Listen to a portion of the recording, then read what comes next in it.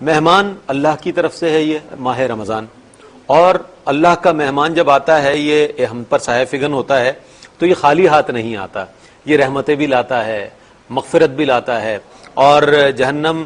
سے آزادی کا پروانہ بھی لاتا ہے۔ تو اس کی عزت و تکریم کے حوالے سے میرے ذہن میں بات آئی، مفتی صاحب نے جس طرح فرمایا کہ پہلے سے یہ بات پلان ہو گئی ہے کہ جناب گٹکا کہاں سے ملے گا اور پان کہاں سے ملے گا اور فلاں چیز ہمیں کہاں سے لینی ہے، تو یہ تو عزت و تکریم مسلمان پامال کر رہے ہیں اس کی، تو اس کی عزت و حرمت کو کس طرح یعنی کہ محسوس کرنا چاہیے، اور اس کو یہ ہے کہ اس کو پیش نظر رکھنا چاہیے۔ دیکھیں، ہدایت دونوں قسم کے لوگوں کے لیے ہے، ایک تو وہ جو ماہ رمضان المبارک میں روزہ رکھتے ہیں، اور ایک وہ جو روزہ رکھتے ہی نہیں ہے کہ ہمیں اتنی مصروفیت ہے۔ تراویح کے لیے لوگ کہتے ہیں کہ جناب 10 دن کی تراویح پڑھ لو، پھر باقی تراویح کی ضرورت نہیں ہے، اور بعض لوگ ان سے بھی زیادہ مطلب کہ ہوشیار ہوتے ہیں، وہ کہتے ہیں 3 دن کی پڑھ لو، اس کے بعد باقی جو ہے سارا مہینہ بزنس کرتے رہیں گے، گھومیں گے پھریں گے شاپنگ کریں گے۔ تو ماہ رمضان کی اگر کوئی تکریم کرنا چاہتا ہے،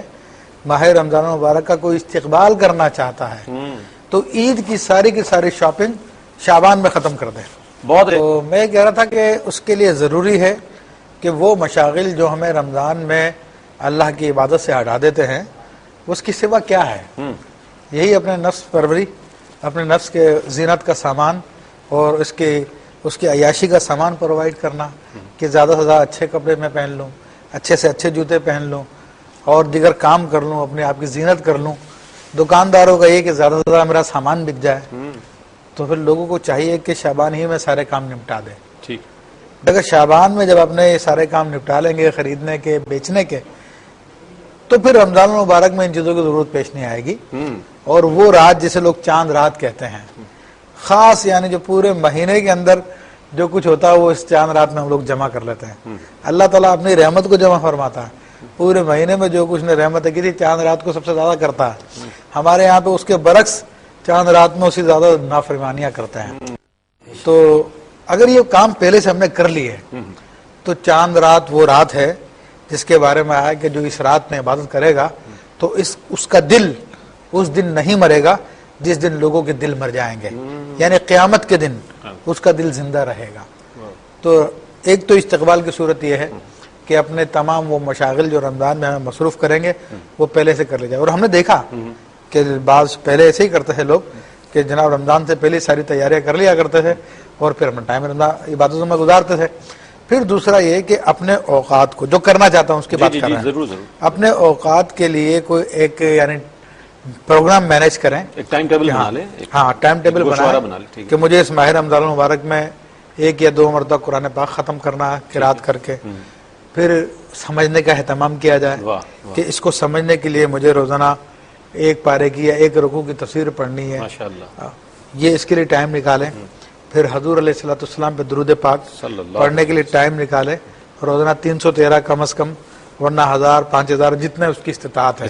کہ دین کی حفاظت نبی علیہ الصلوۃ والسلام کے پر درود پاک پڑھنے میں ہے۔ اسی طرح استغفار ہے، اس کو کرے تو اللہ تبارک و تعالیٰ اس کے حلال میں برکت عطا فرمائے گا، مرادیں پوری فرمائے گا۔ تسبیح و تحلیل ہے، یہ اللہ تبارک و تعالیٰ کے مقرر کرے اپنے اوپر۔ پھر عام دنوں میں چاشت اشراق تہجد وغیرہ نہیں پڑھتے تو کم سے کم رمضان میں اس کو مینیج کرے کہ اپنی چاشت اشراق تہجد وغیرہ یہ سارے کے سارے اوابین وغیرہ سب نوافل پڑھوں گا، اس کو پہلے مینیج کر لیں۔ اس کے علاوہ جو ہے اور بھی یعنی مالی طور پہ اگر اللہ کی راہ میں خرچ کر سکتا ہے تو لوگوں کو دیکھ لے، رمضان سے پہلے دے دے یا اس رمضان میں دے دے۔ تو جو نیکی کی صورتیں بنتی ہے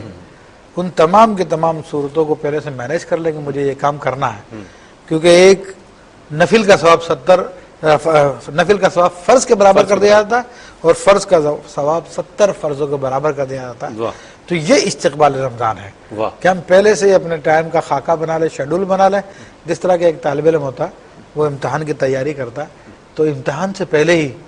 وہ 2-3 مہینے پہلے تیاریوں میں لگ جاتا ہے، ٹائم ٹیبل بنا دیتا ہے۔ ماں باپ اس کو شاباش دے رہے ہوتے ہیں، ہاں بیٹا کسی چیز کی ضرورت تو نہیں ہے، صرف کیا کہ 1 سال ضائع نہ ہو جائے، اور یہاں پہ پوری زندگی کے ضائع ہونے کا خطرہ ہے کہ جس نے اللہ کی عبادت کر دیکھیں حدیث شریف میں کیا ہے،